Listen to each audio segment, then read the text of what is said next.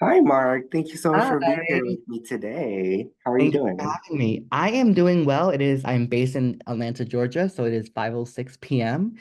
This is my last work call for the day, so I'm feeling super excited to talk about my new work, Yeah, Between, and what it has been like to be a Freshworks commissioned artist for Fresh Me Festival this year. yeah. I'm super excited to hear more about it and to have you in this space with me today. Why don't we start with your name and pronouns? Sure, my name is Mark Travis Rivera. I use he, him pronouns, and I am a light-skinned, bald-headed, not wearing any makeup today, so bare face, Latino, with black earrings, a black nose ring, and a black sheer shirt. And I have black stiletto nails, nude, matte, with some rhinestones and a piece of ring on. So that's my Fabulous nails, by the thank way. you. Can't Thank stop you. looking at it. Thank Wow. you. Thank you so much for that. So let's go through the questions, and then at the end, I'll have space for you to talk about whatever you want to say to the world. Yeah. Um, First question is, tell us a little bit about your artistic process and artistic practice. Yeah, so I'm a disabled choreographer. I founded Marked Dance Project in 2009 when I was 17, becoming the youngest disabled person to create an integrated dance company in the US. And I did that for 10 years. We dissolved the company in 2019 when I lived in New York City. I then relocated to Oakland, the Bay Area, to work for Access Dance Company, where I was formerly an apprentice and a Choreo Lab fellow, and then the community engagement manager. And then I was a board member, last serving as board secretary until the end of 2023. After 10 years of working with Access, I stepped down from an official capacity, and I'm a friend and supporter of Access, but I'm no longer officially affiliated with them in any kind of capacity. But while I was in the Bay Area, I got to explore what it meant to create outside of a company setting, which is really nice as an independent choreographer.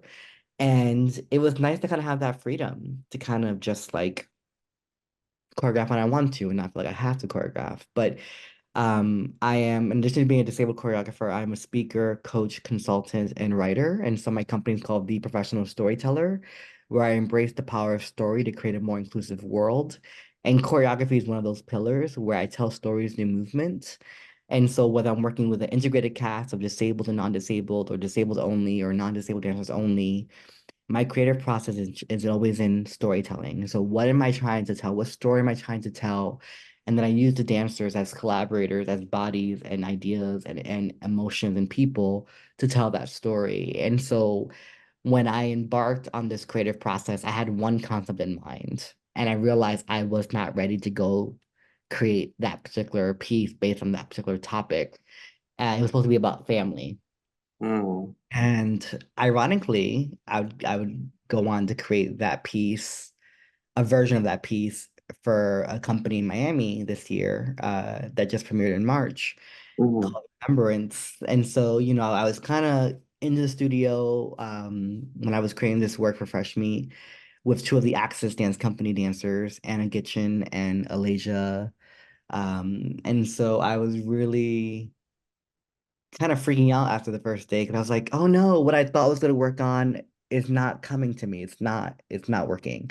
And so what I know to be true is that if I go into the studio with a concept and idea in mind, that's all I go in with. I don't go with any preconceived movement. I might have a song or a track or poetry, but I don't go in with anything set because I always like to let the process kind of guide me. And mm, so after the first rehearsal, I realized, oh, the piece I wanted to create is not this. It's not a duet. It needs to be a trio, which would end up mhm, becoming. And so then I was able to create a different piece inspired by Billie Eilish's What Was I Made For? mm, And while I've seen the Barbie movie and it's loosely inspired by the idea of being dolls and becoming more human throughout the piece, um, I yeah, so I just kind of went in there after that first rehearsal. I was like, what is this moment trying to tell me? Like, what do I need to talk about? And what I realized was Lage and Anna have such great chemistry and such physicality. And I allowed myself to be a little more abstract than I normally would be in my pieces. And so the piece is called Between, and it's spelled BE/TWEEN. And it really is, as a gender nonconforming queer person of color, really recognizing how I exist in the in-between all the time, right? At the intersections of all these identities. And so the piece explores what it means to become yourself and be yourself in the moment in between, Mm. right? Wow, that's so interesting and amazing. Thank you for sharing that. I love this exploration of the liminal space through movement, through choreography. You've touched a little bit about what we can expect from the upcoming work for the 2024 Fresh Meat Festival, but um, is there anything more that you want to share? A little bit sneak peek, a little bit of a Yeah, we'll give you some video footage for B-roll. This is in many ways a full circle moment. When I was an apprentice for Access in 2013, I went to my first ever Fresh Meat Festival, and I was blown away by the experience. I had never seen that many queer and trans artists on a stage or production bill. And I was like, one day I want to present work at this festival. And that was before I knew Sean Dursey, before any of that kind of relationship building happened. And then in 2020, right before the pandemic, so in 2019, Sean Dursey reached out to me. We met each other through Access, and he extended a Fresh Works commission for me. And Mm, I was super thrilled. I was like, oh my gosh, it's like such a dream come true. I'm so excited. And of course, we all know what happened in 2020, at the beginning of 2020. And so the pandemic canceled the festival that year. And I was crushed. I was crushed because I just assumed that one, I didn't know what the hell was happening with the world, right? After the pandemic hit. But then also I was like, well, he's not going to offer it to me twice because, that's unheard of. And then he gave me a virtual commission to do a dance film kind of thing. So I did a solo called Yearning um, for 2021. And then I thought for certain after that, I was like, there's no way. Like, there's no way I'm getting ever to make this dream come true. And then in November of 2023, literally 10 years since that initial first time seeing Fresh Meat Festival, I got invited to be a Freshworks artist, but this time for an in-person festival experience. And so I feel very fortunate that Sean Dursey, one, shows up the way he does in the world, authentically, unapologetically, and he really listens to those who are multi-marginalized or those who belong at multiple intersections. And, I've spoken on panels with Sean Dursey, and I have gotten to know him personally and professionally over the years. And for someone to see me, someone I respect and admire and admire his work, for someone to see me and say, I see you, Mark, I see your work, I see your voice, your work needs to be seen. It means a lot to me. And so in many ways, this returning to the Bay Area for this festival in June is in many ways, it feels like a full circle moment that was always meant to happen because I dared to speak it out loud. yeah, and what a treat it is to have you again and again. We can't get enough of you and super excited for this upcoming work. I'll Ah, definitely be there to check it out in person too, so I'm I, excited to I experience don't it. know. I don't know whether they announced the program yet. So I'm gonna tell you off the record what program my piece is, and so you know what day to come. For If you want to see the sure, work, if you want to see the work. for Um, sure, for I don't want sure. to. I don't want to speak out of turn before Fresh Me gets to announce it. How exciting. Okay, I'll mark it in my calendar. I love the use of mark it. Oh, good wordplay. Marketing is my thing. Oh, Uh, marketing. Wow. I'm so cheesy. But yeah, yeah. So I'm really fortunate, to get to do what I love. I'm a year and a quarter into my full-time creative entrepreneurship. So I work for myself full-time. And so in January of 2024, I actually went to the Bay Area to choreograph this new work. And it's been months since I created it. I'm going to finish the music track, and dancers have been reviewing it on their own with in their space. And so I'm gonna go back in June, a few days Mm. before tech, and just have one final refresher rehearsal with the dancers, and then we're gonna tech it, and then we're gonna premiere it. And that's Wow, all he wrote. that's amazing. So it seems to me that you've given us a lot of insights into the creative processes and practices in creating this new work, but I want to know more about the emotions that you've experienced and that you want the audience to experience through this new work. When people, because oftentimes I don't dance my own work, so right, so I'm always in the audience watching the work, Mm, holding my breath the entire 10, 12 minutes that the piece is on. And I don't mm, exhale until the very last moment. And when I mm, hear the applause and hear the reactions, and because people don't know it's my work, I really hear a lot of different opinions. And fortunately for me, it's been mostly positive. And so I don't like to tell people what to expect or what they should feel or what they should think the piece is about. What I can tell you is what the inspiration was, mm, that you experience it, and then you tell me how it made you feel. I know mm, for me, I got emotional watching it. I know for me, during the rehearsal process, I was creating about 2 minutes of material every rehearsal. We had about 20 hours of rehearsal to create this work. The work is almost 12 minutes. So that's a lot of material to create in 1 week's worth of rehearsal. Because if you know what the studio costs are like, you understand why we work fast. Um, and Lage and Anna, they are just dynamic dancers. And Anna is a dancer who is deaf, and someone who is super physical and super strong. And I'm getting to pull certain things out of her that normally don't get pulled out of her. And mm, Lage is just, I mean, from the moment I saw Lage dance a few years ago with Access, I was just instantly drawn to them and just deeply moved, not just by how talented they both are, but how mm, kind they are. Sometimes when you work with certain dancers that are a certain level, professional dancers at a certain level, sometimes there's ego, sometimes there's diva or divo attitudes. And when I tell you the three of us worked collaboratively and created a space for exploration and vulnerability for the sake of the art, I mean, there's wow. it's probably one of my favorite creative processes I've ever done. Yeah, I haven't said that out loud publicly, but yeah, it's out of all the works I've ever done, that was probably one of my favorite creative processes. that sounds so special. Yeah. Yeah, it was special, and when I left the Bay Area to come to Atlanta, there are many things that kind of drove that factor. But going back to the Bay Area in January was my first visit back since ending things with my lover. And he lives in the Bay Area. And it was really weird being back in a place that has so much memories tied to him and being in the in-between where like we're no longer lovers. We're still trying to be friends. We're in this in-between gray. And now Mm-hmm. when I return in June, there is no more Mm, between.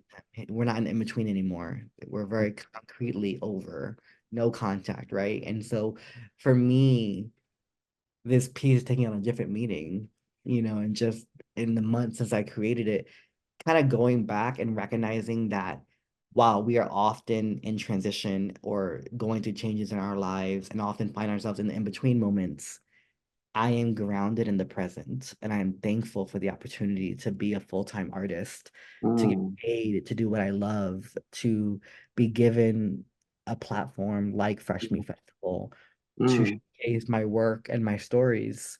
mm, And I'm fortunate for people like you who help amplify and spread the word. And, I think it's so important that, people in the community, whether you're queer, trans, disabled, etc., person of color, that you really come support this festival. And I know it sells out every year, so I'm not worried about people not showing up, but really recognize how special it is to have something by us, for us, with us. mm. Yeah. You know what I'm And saying? to touch more on that, as a queer, disabled person of color, full-time artist, you hold a lot of different identities and hold a lot of intersectionalities. I Yeah. want to know, how does this work as it relates to you, as it relates to the current socio-political moment that we're having in this country with all the anti-trans bills happening in legislative floors across the country. Yeah, there's How about does this 515, I think, anti-LGBTQ bills right now across the and country counting? and counting according to the ACLU. I just wrote a piece about that today, so that's why Mm, that's at the forefront of. I was literally writing an article today about mm, that, so that was at the forefront of my mind. So you brought that up, and I was able to shoot that stat out.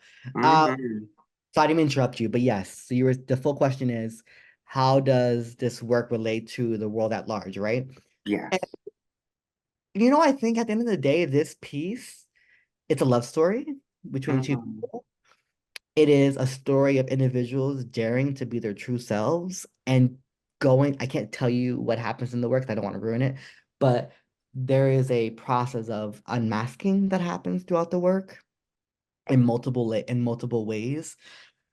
And essentially, really, it's a story of people who are in between, who are struggling to just be. And throughout the duration of the work, they get to that point. And it mm, tells a story of love, of each other, of loving oneself, of daring to live in your truth, even when the world around you tries to dehumanize and to legislate hate against your body or who you love. And so, for me, daring to share my story, daring to share stories about BIPOC, about disabled folks, about queer folks, and everyone who exists at the intersections, that to me is an act of resistance, right? mm, Because you cannot dehumanize someone once they have been humanized by their stories, right? And I believe that stories can be a window or a window for people who don't look like me, who want to learn more and better understand, and a mirror for those who may reflect parts of my lived experience, who want to see themselves so desperately, but often can't, right? And so I think that it's really hard to hate someone when you start to hear their story and you start to see parts of yourself or someone reflected in that story. mm, The reason why we're so polarized, I think, and more divided since the Civil War era is because we have stopped listening to each other's stories. mm, We stopped talking to each other about our experiences and simply just judge and critique and put each other down on both sides, right? There's not one side worse than the other in that regard. But what I believe at the core is that we all want to be seen and heard and loved for exactly who we are. No matter who we love, what our skin color is, what our disability might be, what our gender identity might be, what our economic class might be, where our immigration status might be, what our mm. education level or religious beliefs might be, right? At the human core, all we want is to be seen and heard and loved and feel a sense of belonging. And I hope that when someone watches this new work between, that they find themselves reflecting at the intersections in which they exist in and know they no longer have to perform a part of themselves or fragment themselves or split themselves. That dash in between the title of between the word be between was intentional because too often we're asked to fragment ourselves. Well, there is no separating my crippledness from my queerness or my gender nonconformity from my Latinidad, right? I'm all those things in totality. I will not be fragmented. I am not an incomplete sentence, nor am I a complete human.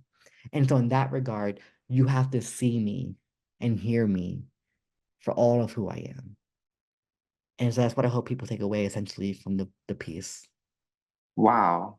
Thank you so much, Mark, for an amazing, phenomenal insight into this new work for the upcoming 2024 Fresh Meat Festival. What a Thank way to you. end this. Before we go, do you have anything you want to share to whoever's watching this, whoever's reading it? Any parting words Yeah. for today? For those of you who want to be an artist, but are afraid to pursue your dreams boldly and unapologetically, do it. If the recent times have taught us nothing, is that life is too short. And Maya Angelou said it best, I don't want to die with any untold stories in me. And so I'm going to keep honoring the calling of my life and do what I love to do, what I was called to do. And I hope that you do too. And I hope that if you come to the festival, that you see people who look like you that will inspire you to be the one aspiring to be on that stage next year. Thank you so much for that. How inspirational. And thank you so much for being here today. Yes. Mark Travis Rivera's work is going to be up in the next 2024 Fresh Meat Festival. Make sure to check it out. And until then, yeah, thank you so much, Mark. Thank you.